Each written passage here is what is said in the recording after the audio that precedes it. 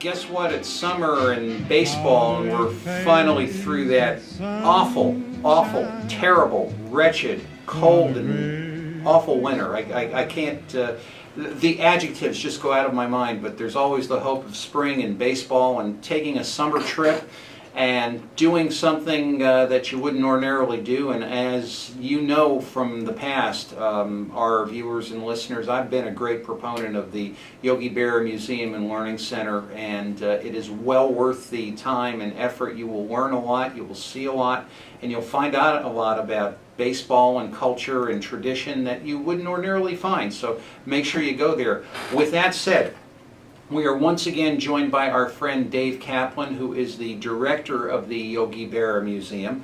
And Dave, I'm once again so pleased to have you. How are you? How are things? Things are well. Things are well. We've been pretty busy, and you know, as you said, it's good that the weather's finally turned, and it really feels like summer has officially begun.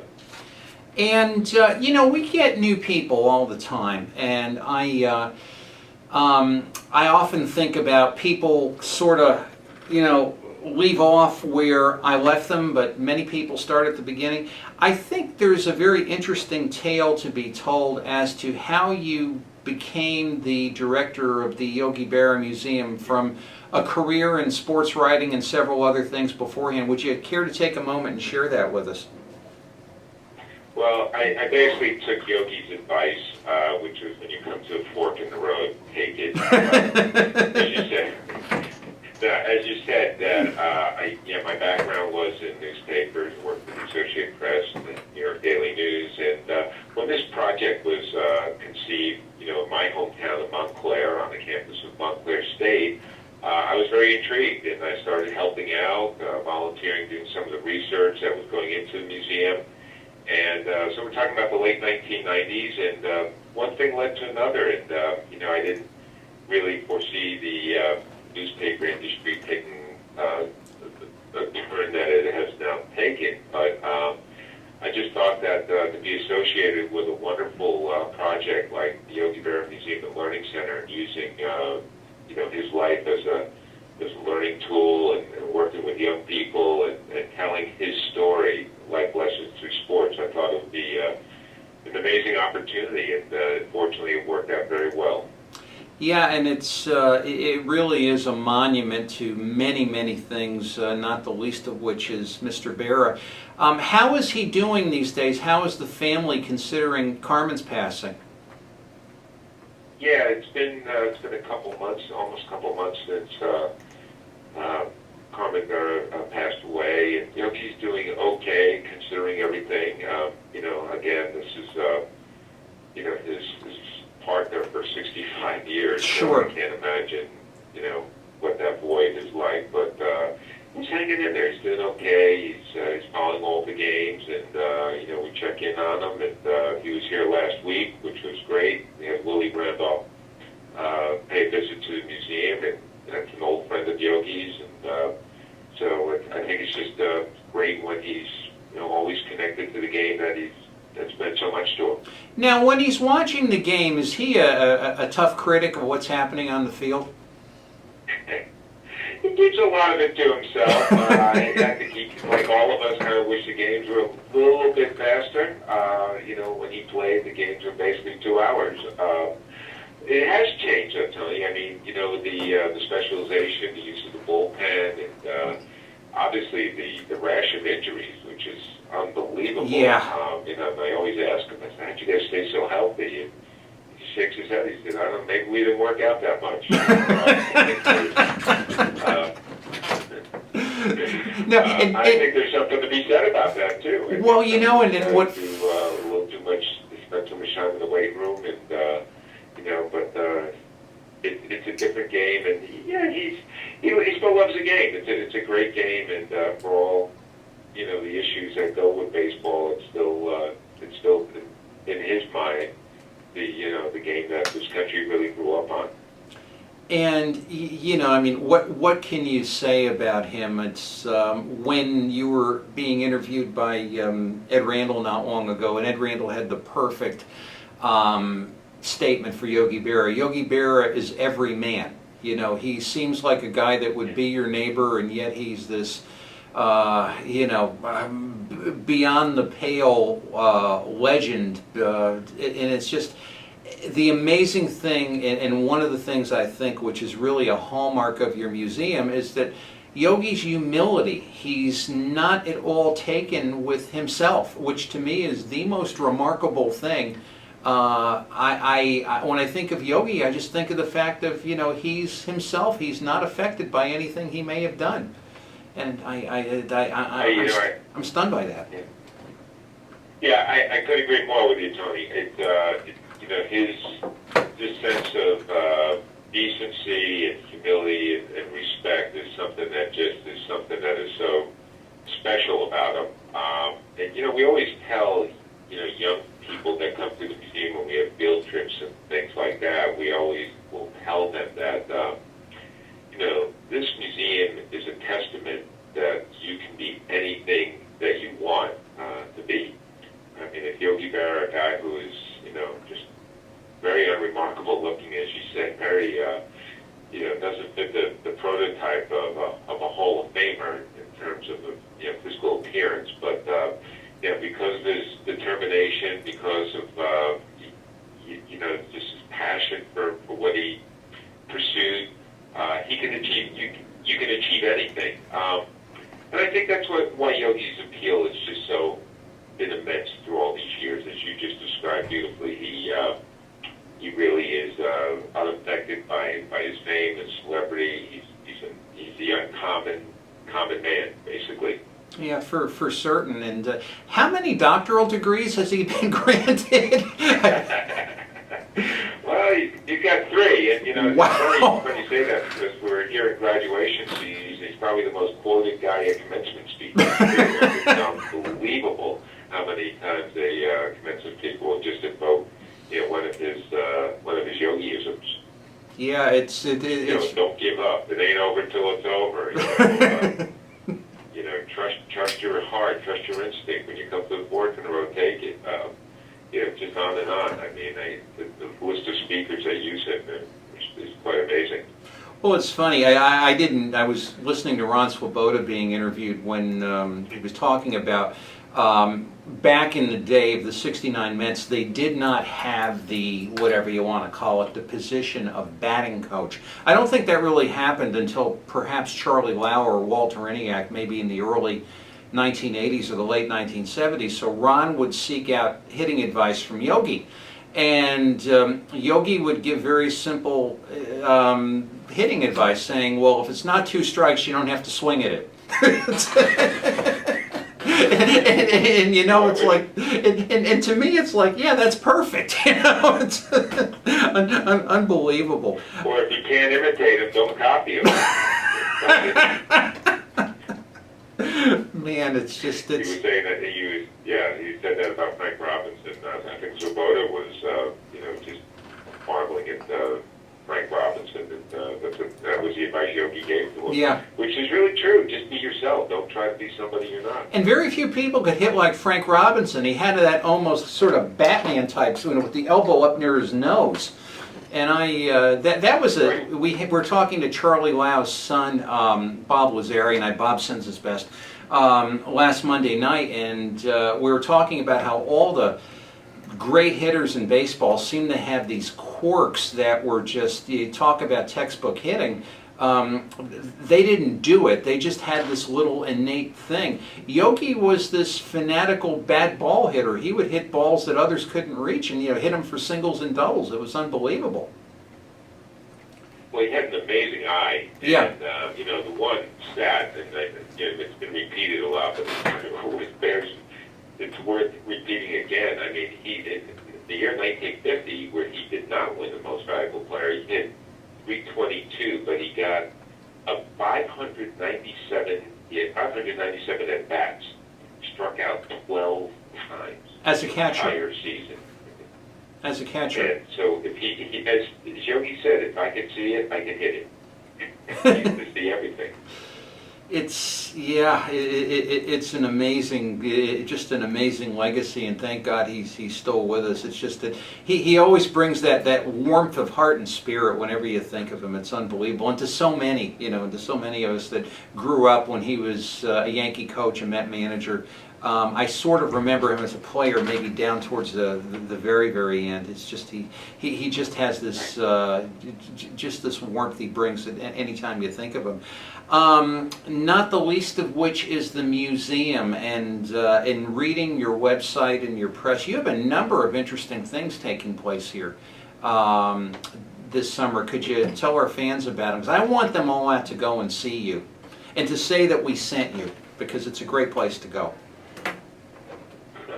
I appreciate that. No, we do have a lot of things where, we try to appeal to as many groups as we can, people who love sports, and actually we have something for yoga enthusiasts as well. Yogis at Yogi. And it's only fitting since Yogi got his famous nickname by appearing like he was, doing yoga. I mean, he, as the legend goes, he was, there were no benches or dugouts during his days of playing sandlot baseball, and he was sitting on the ground with his legs crossed and arms folded, and someone said he looked like a yogi. So, we're having a yoga day at the Yogi Berra Museum, June 5th. Now, the school groups that come, and I imagine you get a lot of them in field trips this time of the year, what are they most fascinated with? Are they fascinated with the exhibits, the rings, the displays, the Yankee teams? I'm sure a lot of them, are Yankee fans. Or are there some things that you may not think would fascinate children that grip them? That you might not think that's the case. That's a great question. It really varies. I think a lot of them are really taken by the number of championship rings. The rings have such an aura in sports today. The symbol of, collective accomplishment, and, every athlete wants to play the ring or win a ring. And then we have a display which kind of resembles a little jewelry store, which has Yogi's 10 rings as a player, and just again put it in context. Derek Jeter is a marvelous, wonderful player, and he has 5. And Yogi has 10 of them. That's one thing. I think the other thing that kids are really taken by is, again, just the fact that Yogi was just like them. He was just a kid who, really fell in love with what he wanted to do, which was sports, and just did everything in his power to make it happen for himself. And it's a lesson we tell kids that you really, if you love something, it's so important to love what you do and do what you love. And Yogi is a stellar example of that. And a lot of the museum is based upon education and things that perhaps you wouldn't associate with baseball, so to speak. And to me, it's always been the fact that it's not all about baseball. It's about other things in life. You have to understand the world around you. You have to get along with others, and you have to have the basic tools to play the game, the reading and the writing and the arithmetic and such. And when you think of Yogi Berra, and for all those things that we think of and why he's all so near and dear to all of us, you don't, and believe me, I don't say this in any way whatsoever to be untoward, but you normally don't think of Yogi along the lines of education, but yet education is a very important part of what Yogi believes. Well, exactly. I mean, Yogi did not have a formal education. He left school when he was in 8th grade. His family, it was during the Depression, and it wasn't uncommon for kids to quit school and sort of help the family out. But he's always believed very, very strongly in education. He felt very felt badly that he didn't get one. A lot of people don't realize that he has given so much money for scholarships, including there's one currently at Columbia University. There's a Yogi Berra Scholarship that was established in 1959 when they had a Yogi Berra Day where he wanted all the proceeds to go to Columbia, so a needy kid, kind of like him, could have gone to college. But your point also, Tony, he, you know, I think his wife said it best. They said if Yogi were to be a plumber, he would have been the greatest plumber ever. You know, when he became a baseball player, he became a genius at it. So he just did everything that he could to master it, to become the best that he could be. And, you know, that's really the great lesson for anybody growing up and choosing a career is just to be the best you possibly can be. And no doubt he was, and I know like Ted Williams when he was alive would always have just these. Ted Williams was very, very protective of Yogi Berra, and it's like don't ever say anything disparaging about him. And I can only imagine when Ted came to the plate, Yogi must have driven him crazy, talking about anything and everything. And I wouldn't think that Ted would perhaps feel that way about him. Well, yeah, I mean, Ted was the epitome of concentration. Mm-hmm. And, you know, seriously, you know, hitting was everything to him. And Yogi was just everything was like a cocktail party behind home plate. He would just chit chat the hitters. Never when the pitch was coming, but he'd always make small talk, and it used to drive Ted a little crazy. Now they became really, really good friends. Yes. And, you know, Ted came to the museum a couple times, and he was here for our opening. Flew all the way up from Florida, and but they have tremendous respect for one another. And Ted really, as you just mentioned, had wonderful respect for Yogi as a competitor, as a person, and never, as you said, never wanted people to underestimate, you know, the value of what he meant to the Yankees. And it's it's just it touches your heart in an era gone by. I guess you're coming up now on your golf tournament, if I'm not mistaken, Dave. Yeah. Next week is our annual celebrity golf tournament, and it's a wonderful event. We have a lot of people come in from all over the country. A lot of former Yankee players, even recently retired guys like Tina Martinez and. A little longer than that, Bucky Nance is so popular in Boston. We have people like that come, and it's you know, it's a great event, and it really is our major event that supports our year-round character education programs. Yeah, and that I can only imagine when these guys get together and the stories that they're telling. It's just I used to listen when WFAN was covering it. I don't know if they still do, but it used to be a lot of fun listening to the interviews with Whitey Ford and Mr. Berra and Phil Rizzuto, and I you know, even the Scooter to me, I mean, just watching the Yankee games back then and just the characterizations, I still crack up thinking about it. And it's just it was a great time to watch the Yankees. It really was. Bill was a classic, and you know, as you know, he was like a wonderful, wonderful friend of Yogi's, and you know, a lot of people don't. We try to tell that story in the museum too. Their relationship, Mm-hmm. and I call it, he was Yogi's little big brother. But he was the one. They were business partners, and he was the one who convinced Yogi to move to New Jersey way back when. And Phil was there pretty much his whole life, I guess, until he moved to be near his daughter, I believe. He was really a lifelong New Jersey guy for all his career. He really was.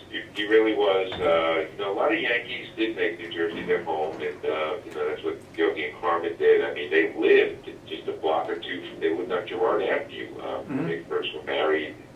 You know, just a block or two from the stadium, and it was such a different time, as you were just reflecting upon. I mean, they would leave their apartment, walk to the stadium, and it would not be hounded for autographs or things like that. It would just be, good luck, yo. You know, how you doing? Good luck. So it's really a very simpler time when the ball players lived in the neighborhoods and not in the you know, the gated mansions that they live in today. I remember hearing a story of, I guess, someone when Mickey Mantle at one point had lived in Ridgewood, New Jersey, and I guess he was renting houses, and then later on I guess he was just coming over by himself and staying in the hotel, but a kid being terrified of, like, you know, do I knock on the door and ask Mickey for an autograph? It's like, oh, come on. Of course, maybe 5 or 6 kids out there paralyzed. And there's this big black Mercury in the driveway, which was probably, you know, the car du jour back then. So he says, okay, I'm going to do it. And he knocks on the door timidly, and Merlin comes out, and she's got the big bouffant and the frosted blonde hair. It's like, oh, Mr. Mantle, please sign this. And then Mickey in the back says, yeah, give it to me, I'll sign it. It's like, you know, you think of something like that. Yeah, for sure. Just amazing. It's very funny. But yeah, and Yogi, you know, in his house in Montclair, he'd be handing out Halloween candy. You know, or Yogi Berra handing out the Snickers bars. It's what an era.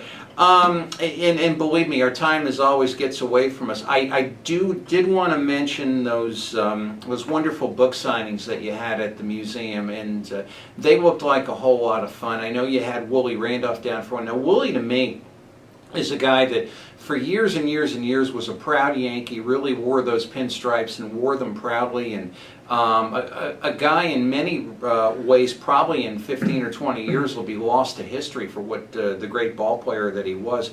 Any other book signings coming up? Well, nothing immediate right now. We had, like you said, we had a great one with Willie and Mookie Wilson, who was just, I mean, these are two of the classiest guys you'll see in, you know, New York baseball. You know, Mookie was wonderful. You know, unfortunately, both of them kind of left the Mets in not the best circumstances. But you know but it just shows you, you know, that you know their class will never change. They are who they are, and they're very proud of what they accomplished. And I know our visitors really enjoyed spending time and meeting both of them. But we're hoping to get some other ones coming up this summer, and you know, people can check our website and see all the upcoming events that are happening. Now, do you think we'll see Willie back in organized ball and you know, a managing or coaching capacity as time goes on? I really do, Tony. I think he's a terrific baseball guy. Like you said, enormous amount of respect. I mean, 6 rings, you know, 4 as a coach, 2 as a, you know, player during those crazy late 70s teams. Well, he's a good baseball man. People forget what he did with the Mets, too, as a manager. I mean, the Mets improved 12 wins in each of his 3 seasons as manager, and that kind of gets lost. And really, I think a couple of time the Mets were sort of relevant, too, when Willie was managing them. He's a terrific baseball man. He knows the game. Very, very well respected, and you know, he was down in spring training with the Yankees as an instructor. I would be not surprised at all if Willie's back with a major league team very shortly. Well, you know, and it's a difficult thing. I was thinking about this over the past couple of days, to be a Met fan, because it seems that every year they're kind of trying to piece something together. It never really seems to work. And you think, you know, this is the world stage, this is the National League, this is the National League New York club, and every year it, you know, Terry Collins, whom I think is a good baseball guy, he just doesn't really seem, and I don't think it's any fault of his own, to get it across to sort of make this team, you know, he's not Billy Martin, he's not even really Davy Johnson, he's Terry Collins, and it's just, somehow I think this poor team just needs more, and I don't know if it was Madoff or a combination of things, but man, I'll tell you, it's rough being a Met fan these days. It really is. Truth be told, I have to full confession, you know, I grew up a Mets fan, I'm still a Mets fan, but I have to tell you something, I'm not sure what Tony La Russa or Joe Torre could do with this bunch. It's not a, you know, really highly talented group of players, and you can only do so much. I think Terry Collins is a very solid baseball man. I think he's pretty much getting what he can out of these guys, but boy, it is tough. It is a tough time to be a Mets fan these days. That's for sure. Yeah, and when I my best memories of watching Met ball was when Yogi was the manager, and he was. You know, I loved him as a manager because he he was always quotable. He was always there. He was into every game. He was, and people really forget, that the time he got to manage, he really did a heck of a job. Maybe it wasn't his strongest suit and all the things he ever did, but Yogi was a formidable baseball manager. I couldn't agree more, and obviously I'm a little biased, but he's only one of 7 managers who won pennants in both leagues. He took a team that was in last place the end of July in 1973, took them to the World Series. And if you recall that Mets team, too, it was not a very, wasn't a real full of Hall of Famers in that lineup. I mean, he had a lot of guys hitting 220 and 230. But again, the beauty of Yogi is he understands that baseball is a long season. He's always been calm. He's never panicked. And, when everyone thought he was going to lose his job, and there was a lot of pressure on him. I remember. He mentioned last place in 1973. He just said very calmly, it ain't over until it's over.